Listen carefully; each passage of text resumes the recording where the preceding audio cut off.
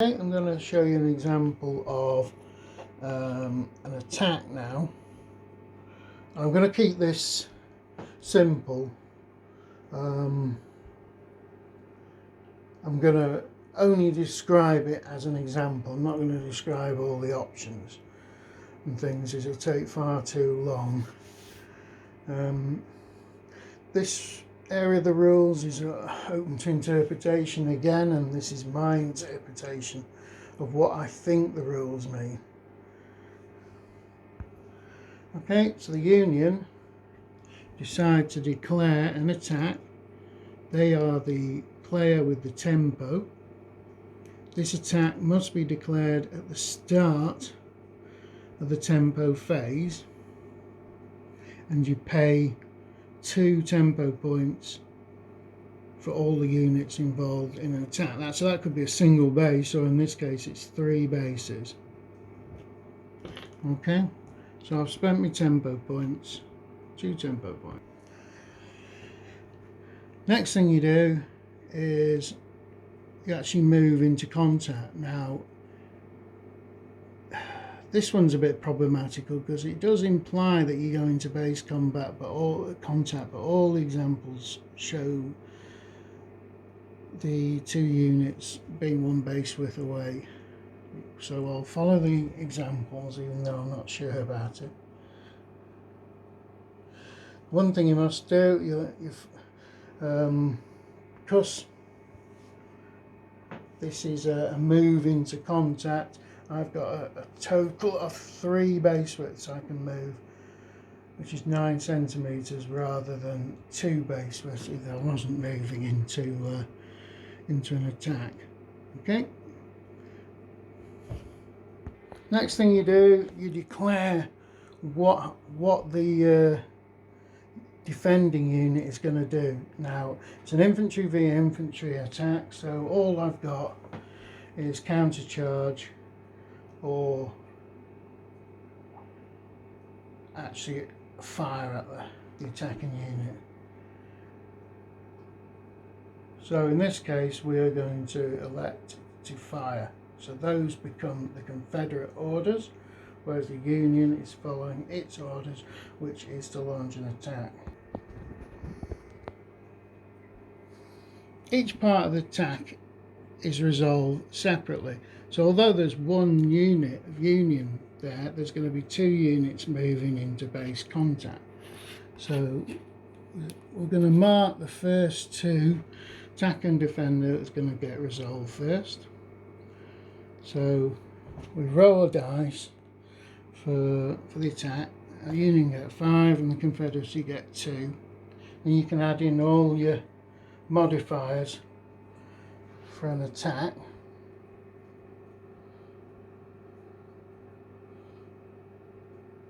Which are on this big table here. So the ones I'm going to do is the attacker gets 1 modifier. He also gets 1 if he's got any protected flanks, and this unit here counts as protecting his flank, so he gets 1+ for that. And he also gets 1+ for the fact he's got at least 1 unit in base contact with him as a support unit.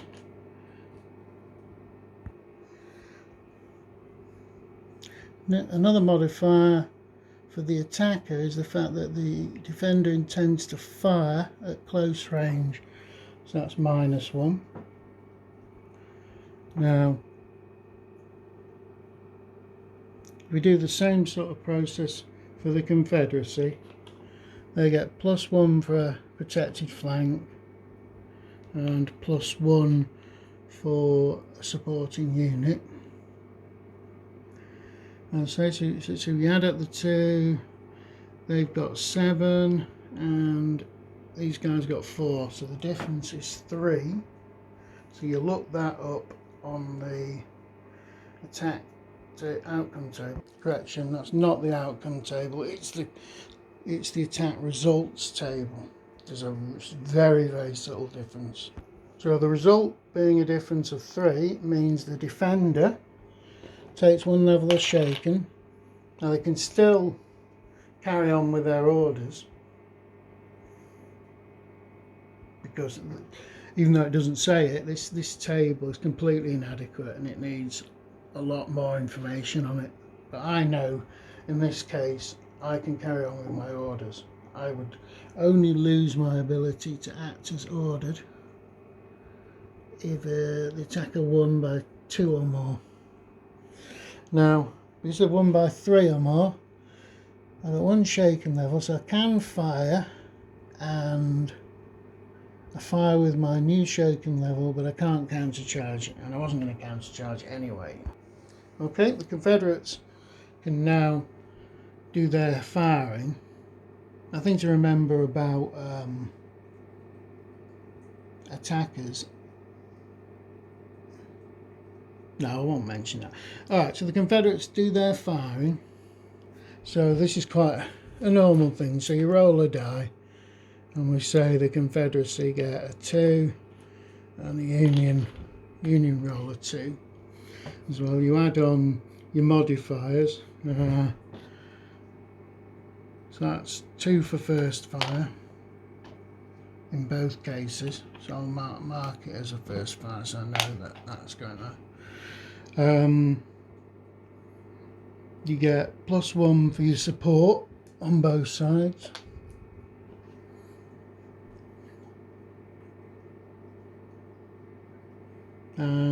That'll do. I'm not going to. There may be more modifiers, but we'll just leave it at this for an example.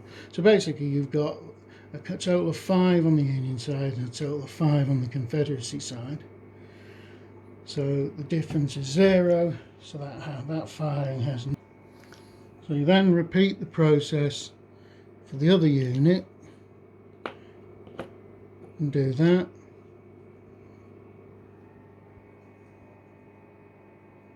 Actually, correction, there was a difference of 1 between the firing. That I forgot to take the shaken level off for the Confederacy, so they scored 4 and the Union scored 5, but that isn't enough to have any effect either. Okay, so we're resolving the second one. The attack actually took place, but the difference was 0. I'm not going to roll the dice for this, so nothing happens.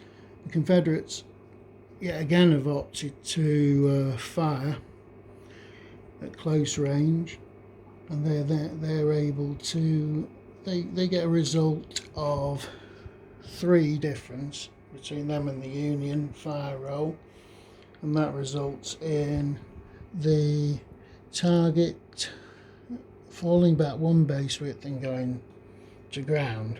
Okay, so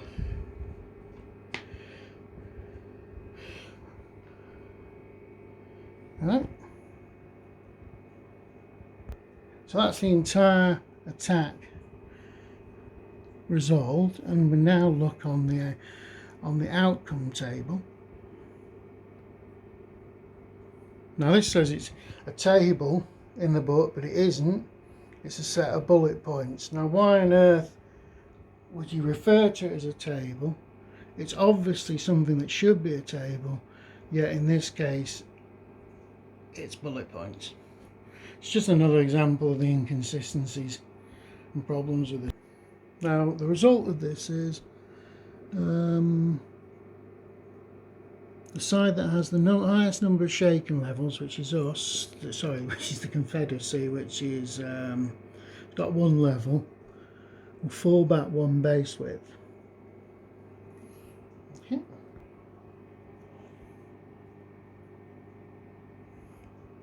So that is a fallback, not a retire. There is another problem with the rules here, in the case that in one area it says a fallback is one base width, and another it says it's 2 base widths. But if a fallback is 2 base width, it would be exactly the same as a retire, which is also 2 base widths. So I'm assuming that it is 1 base width, which is where it's stated as being that in another part of the rules. Now I'm assuming something again which is not stated in the rules anywhere, that because we moved into contact, that was where the contact was. Okay. You now throw for pursuit. You throw a roll of 1 for the pursuit, whereas we needed a 5 or more to actually pursue. So it isn't. So that effectively there's no pursuit. Okay, now that looks really clunky. Now I've got to admit, I'm not. Once I've played this a bit, it'll obviously become second nature to me, but I think the proof of this particular rule set is going to be in the playing of it. As I said, I pointed out some of the inconsistencies and problems with the rules, and the bits where it just plain contradicts itself. It'll say like a fallback is 2 base widths, and then a couple of pages earlier or a couple of pages later it'll say it's 1 base width. It'll say things like point blank firing is +2, and then in the example the end of this rule section it says it's +1. So it's really disappointing, because it would be so easy for someone to sort all this out. And as I mentioned, certain things are inconsistent. Things are referred to as tables, which are not tables when they should be tables. The tables that are in there don't have enough information in them. They're assuming things that if an outcome of an attack means the defender can still follow its orders, it should be stated that that is the case in every single outcome box. You shouldn't just assume you've worked that out. Another thing, it's not very clear on coming into base contact how you handle that at all. Because all the examples show the units at 1 base width when they're attacking. I don't know. I've just assumed that you're moving into contact. Anyway, I'll leave it at that for the moment.